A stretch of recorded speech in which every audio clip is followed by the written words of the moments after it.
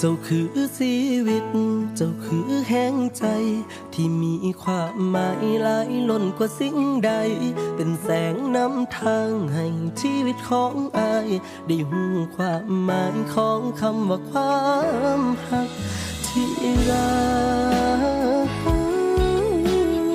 อายฮักเจ้าเด้อล่ะขอบใจเธอที่ยังบ่ทิมบ่ป่าเป็นวาสนาของอายอีหลี